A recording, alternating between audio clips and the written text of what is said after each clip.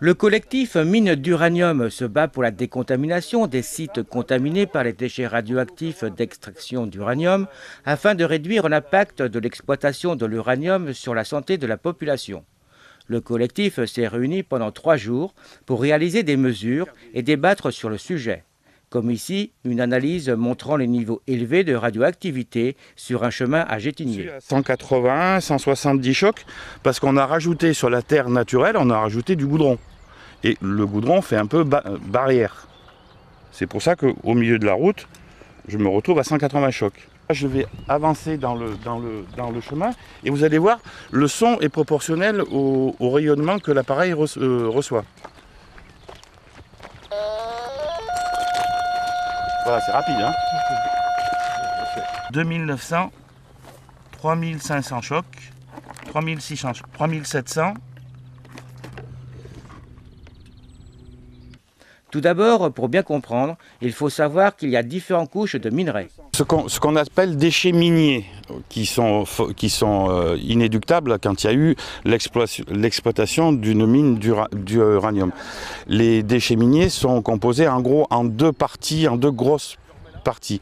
Ce qu'on appelle le stérile à tort, parce que ce sont des roches qui ne sont pas suffisamment chargées en uranium pour être exploitées. Et puis après, il y a les roches qui sont très chargées en uranium et qui font l'objet de l'exploitation dans une usine pour extraire l'uranium de ces roches. C'est-à-dire qu'elles sont broyées, attaquées à l'acide et elles produisent un produit final qui est l'uranium, c'est-à-dire le yellow cake, et après des résidus d'extraction du minerai, qui sont très radiotoxiques, notamment très chargés en radium 228. Après, il reste ces fameux stériles. Donc les premiers, donc en fait, sont utilisés pour créer de l'énergie. Voilà, c'est ça. C'est les minerais les plus chargés avec le plus gros indice d'uranium sont utilisés pour extraire l'uranium.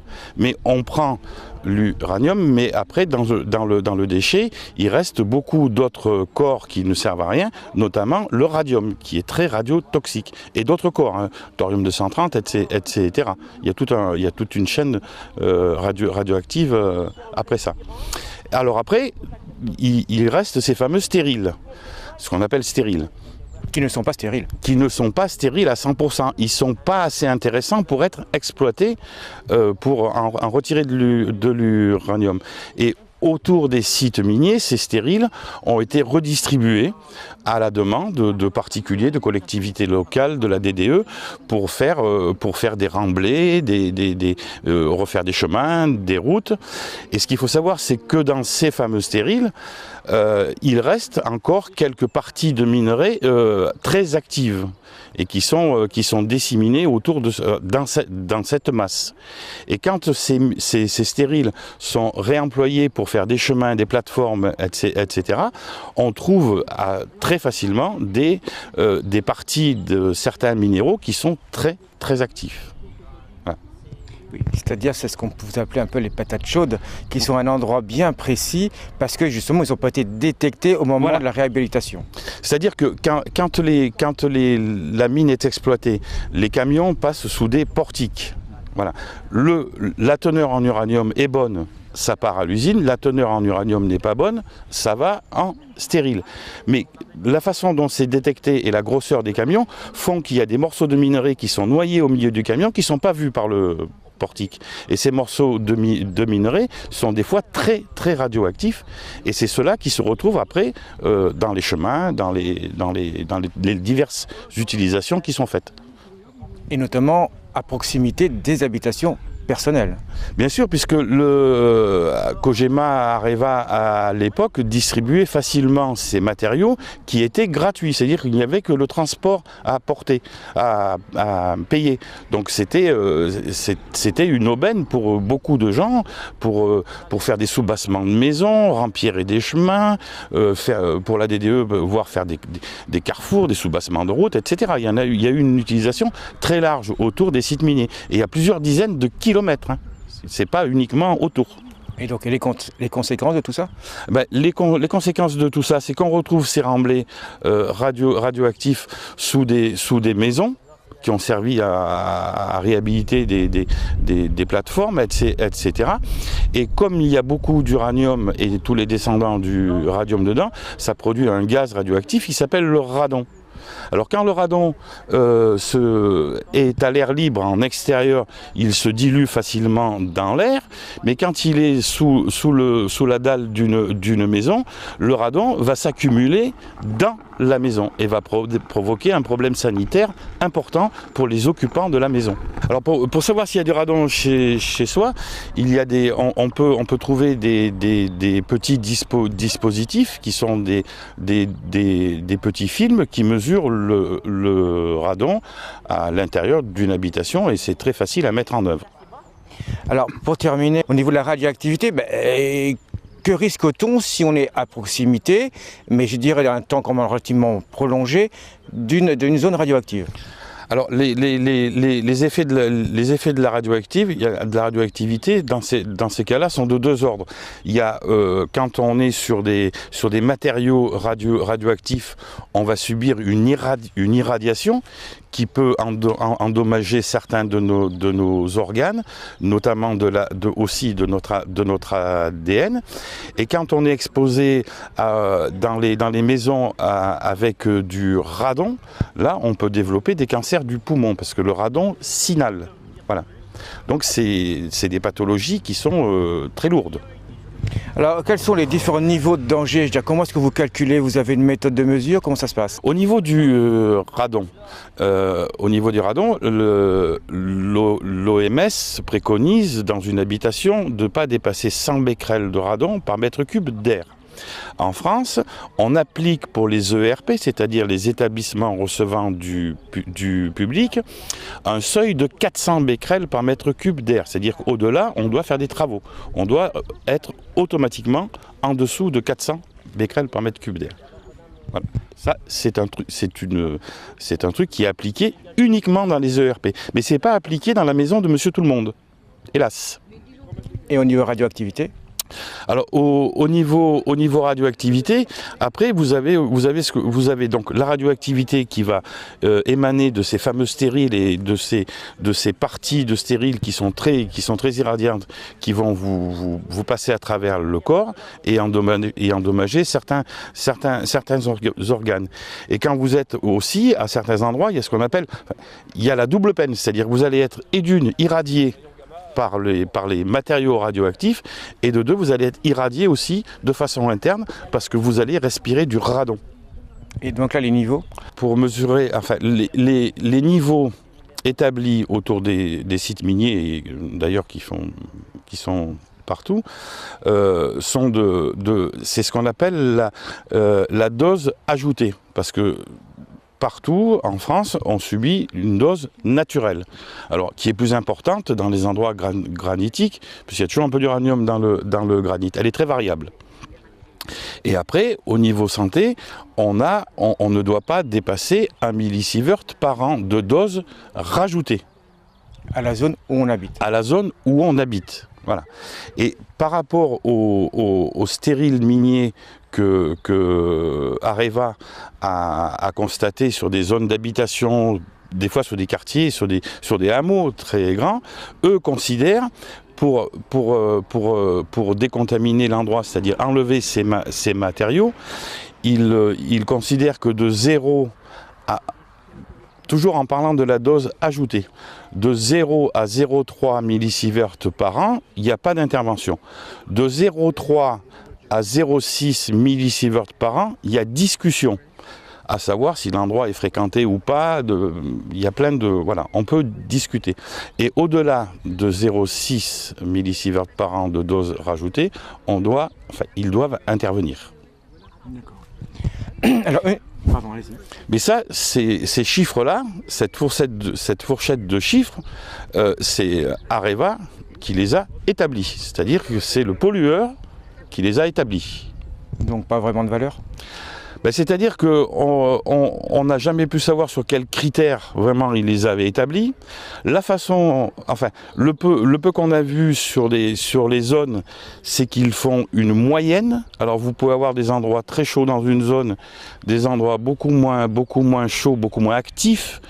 Et quand vous moyennez tout ça, vous pouvez les faire descendre très facilement en dessous de 0,6. Et c'est toujours Areva qui fait ces mesures, voilà, tout seul. Il n'y a pas de contre-mesure. Il n'y a pas de contre-mesure. Un collectif créé il y a 4 ans de 15 associations se bat pour la décontamination des sites radioactifs. Alors moi je suis présidente du collectif Bois Noir qui se situe dans le département de la Loire, où il y avait un grand site minier qui a fonctionné de 1955 à 1980, pendant 25 ans. Et pendant 25 ans, il y a eu un gros développement économique. Malheureusement, on se retrouve avec des gros soucis de pollution, de contamination au niveau des dispersions des stériles et des pollutions aquatiques, du milieu aquatique en aval.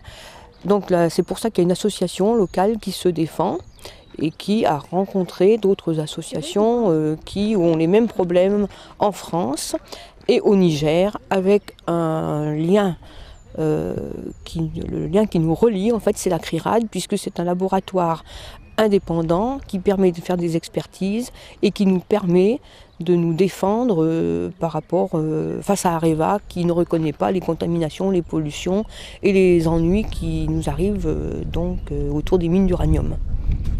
Alors d'après vous, quelles sont les obligations d'Areva ? Les obligations d'Areva, ça devrait être le principe pollueur-payeur, puisque autrefois donc le CEA, le Commissariat à l'énergie atomique, la COGEMA, ont exploité les mines d'uranium sans se soucier en fait des conséquences sur l'environnement et sur la santé des gens, puisqu'il y a des répercussions dans le milieu des riverains. Quelles répercussions justement ? Voilà, donc les stériles miniers, c'est la première chose qui a été mise en évidence et qui a permis de montrer que les stériles se trouvaient donc chez les gens. Et le stérile n'est pas un mot approprié, puisqu'en fait ce sont des matériaux qui sont encore très riches en radioactivité et qui ne devraient pas être à proximité des maisons ou sur les chemins ou dans les cours de ferme ou les plateformes de scierie comme on a vu dans notre région. Chaque association qui a des problèmes autour des mines d'uranium a fait du travail localement.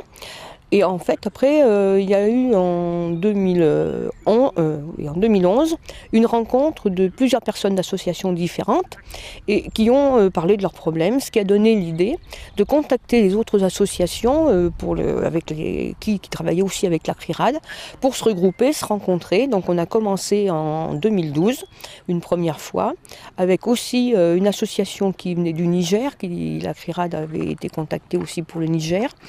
Donc c'est la 4e fois que nous nous rencontrons et nous avons demandé à l'autorité de sûreté nucléaire de venir pour une réunion avec nous pour voir ce que l'autorité de sûreté nucléaire pouvait faire en tant que gendarme sur la radioactivité. Et en fait, l'ASN peut émettre des recommandations et donne des textes où il y a des recommandations, mais ces recommandations ne sont pas validées par des circulaires administratives officielles.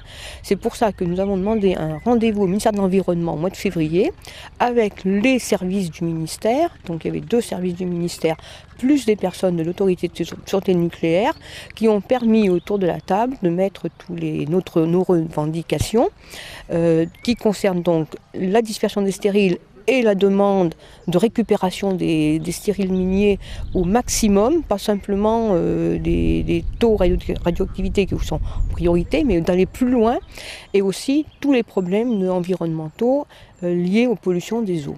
Alors, suite à ce rendez-vous, le ministère de l'Environnement a demandé, essaye de voir si on peut obtenir les cartographies qui ont permis à Areva de faire l'inventaire que nous avons actuellement.